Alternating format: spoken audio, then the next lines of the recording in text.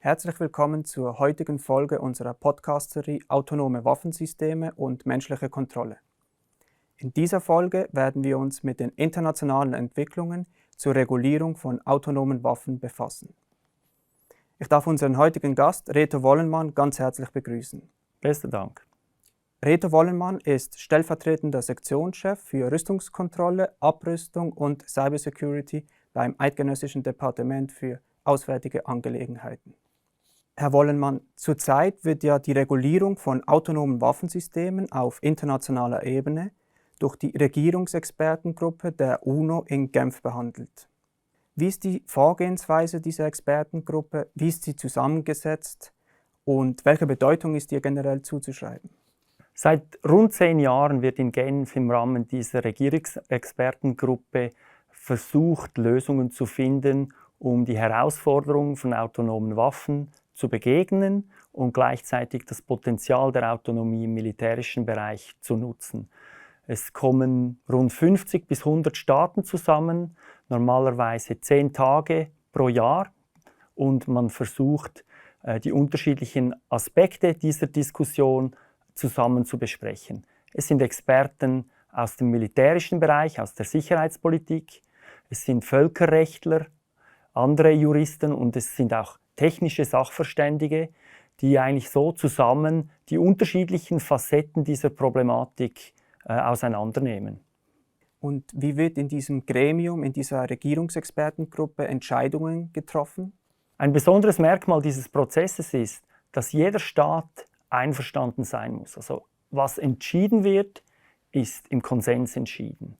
Und das macht es nicht immer einfach, weil eigentlich de facto jeder einzelne Staat ein Veto einlegen kann und sagen kann, halt, wir sind da noch nicht einverstanden, das geht uns zu schnell, wir wollen etwas ganz anderes. Und deshalb ist es eben auch nach 10 Jahren immer noch etwas harzig. Man hat einige Dinge schon sich einigen können, aber es gibt noch wichtige ausstehende Fragen. Man konnte gewisse Prinzipien regeln. Man hat 11 Prinzipien im Konsens verabschiedet, aber es gibt noch wichtige ausstehende Fragen. Und aus Ihrer Sicht, welche sind die größten Errungenschaften dieser Regierungsexpertengruppe? Eine große Errungenschaft dieser Expertengruppe ist, dass sie sich darauf geeinigt hat, dass das Völkerrecht und namentlich das humanitäre Völkerrecht im Zentrum steht. Um nämlich rechtskonform eingesetzt werden zu können, muss jede Waffe diese sehr hohe Schwelle des humanitären Völkerrechts erreichen können. Und dazu braucht es schon einiges. Und man hat sich auch international darauf geeinigt, dass man das Problemfeld quasi wie einen großen Block Eis anschaut. Wir haben eigentlich die Spitze des Eisbergs mit denjenigen Waffen, die das Völkerrecht, das humanitäre Völkerrecht nicht einhalten könnten. Und die sind verboten, respektive die sind zu verbieten. Und dann gibt es der Rest des Eisblocks, dort braucht es klare Regeln. Wir denken dabei an Risikomanagement, an Waffenüberprüfungen und sonstige Maßnahmen, um eben sicherzustellen, dass der Gebrauch akzeptabel ist. Sie haben gerade beschrieben, was die größten Errungenschaften der Regierungsexpertengruppe in Genf ist. Könnten Sie auch auf die größten Herausforderungen noch eingehen? Ja, es gibt wirklich noch große Fragen, zu denen es viele Uneinigkeiten gibt unter den Staaten. Ein ganz entscheidendes Problem ist, dass vielleicht der politische Wille noch nicht überall da ist, sehr rasch eine Lösung zu finden. Man kann nicht übersehen, dass gewisse Staaten wirklich bei der Regulierung auf die Bremse treten, währenddem sie in der Entwicklung und im Einsatz von solchen Systemen massiv Gas geben. Und da muss man schon feststellen, es ist eines der Beispiele, wo man merkt, dass die Diplomatie den eigentlichen Entwicklungen, auch den technologischen, militärischen Entwicklungen, hinterherhinkt.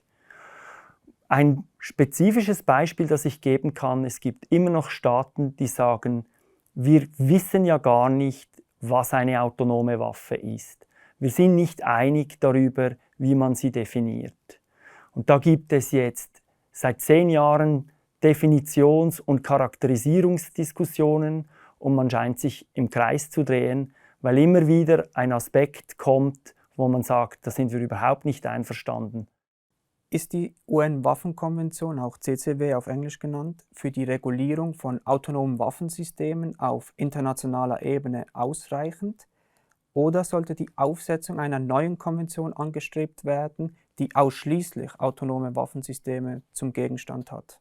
Wenn es der CCW gelingt, klare Regeln im Bereich des humanitären Völkerrechts zu setzen, ist schon ein großer Teil getan, weil wirklich die zentralen Herausforderungen scheinen dort zu liegen.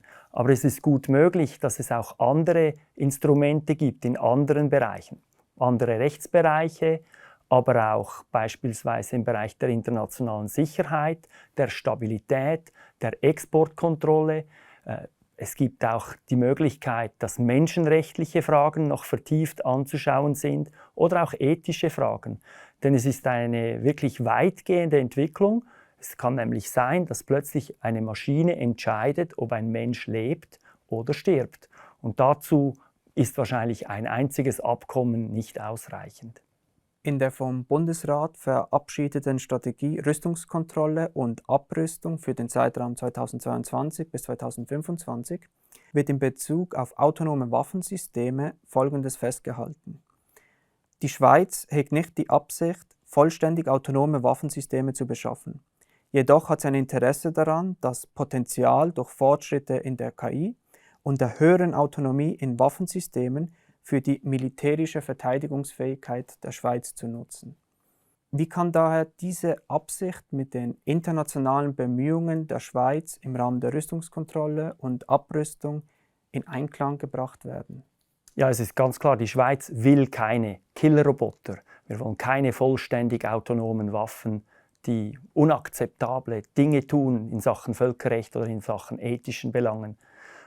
Aber gleichzeitig wollen wir auch nicht, dass andere Staaten das tun. Das heißt, wir haben ein Interesse, dass es gemeinsam breit getragene Regeln gibt, an die sich dann auch möglichst viele Staaten, hoffentlich alle Staaten, halten werden. Und genau diese Regeln wiederum sind erforderlich, damit die Schweiz selber für ihre Verteidigungsfähigkeit die Autonomie nutzen kann in den Systemen zur Abwehr oder in den Systemen zur Aufklärung. Da gibt es enormes Potenzial, aber das kann nur genutzt werden, wenn es klare Regeln gibt. Die Schweiz vertritt die Auffassung, dass menschliche Kontrolle bei autonomen Waffensystemen notwendig ist, um die Konformität mit dem humanitären Völkerrecht zu gewährleisten. Könnten Sie da genauer auf die Art und Qualität der menschlichen Kontrolle aus der Schweizer Perspektive eingehen? Die Frage der menschlichen Kontrolle hat sich wirklich herauskristallisiert als ein Schlüsselelement. Denn mit der Zunahme der Autonomie steht auch die Rolle des Menschen im Zentrum. Nun ist es aber so, dass es nicht ein Patentrezept gibt, je mehr Autonomie, desto weniger Kontrolle oder je weniger Autonomie, desto mehr Kontrolle, sondern man muss wirklich differenzieren. Einerseits ist es abhängig vom Umfeld, also wo wird eine solche Waffe eingesetzt. Es ist ein riesiger Unterschied, ob es unter Wasser oder in einem zivil überbauten Gebiet zum Beispiel eingesetzt wird. Dann kommt es natürlich darauf an, was für ein System ist es. Ist es ein System, das sich relativ leicht kontrollieren lässt, das einen eingeschränkten zeitlichen oder geografischen Wirkungsradius hat? Oder ob es ein System ist, das über eine enorm lange Zeit aktiv sein kann. Und drittens kommt es darauf an, wie die Mensch-Maschinen-Interaktion gestaltet ist. Da geht es darum, welche Möglichkeiten hat der Mensch überhaupt, nach einer Aktivierung noch einzugreifen, beispielsweise ein System zu überwachen, umzusteuern, zu übersteuern oder sogar einen Auftrag abzubrechen. Diese Kontrollmöglichkeiten hängen wirklich von Situation, Umfeld und den technischen Bedingungen ab.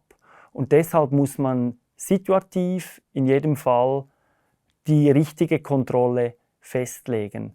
Und das ist auch die Herausforderung beim Waffenüberprüfungsprozess, dass man nämlich zusammen Prinzipien entwickelt, die auf diese verschiedenen Situationen und Systeme anwendbar sind, aber die auch über die Zeit relevant bleiben, denn mit der technischen Entwicklung wird es neue Systeme geben, wir werden neue Situationen erleben und es ist wichtig, dass die menschliche Kontrolle immer relevant bleibt.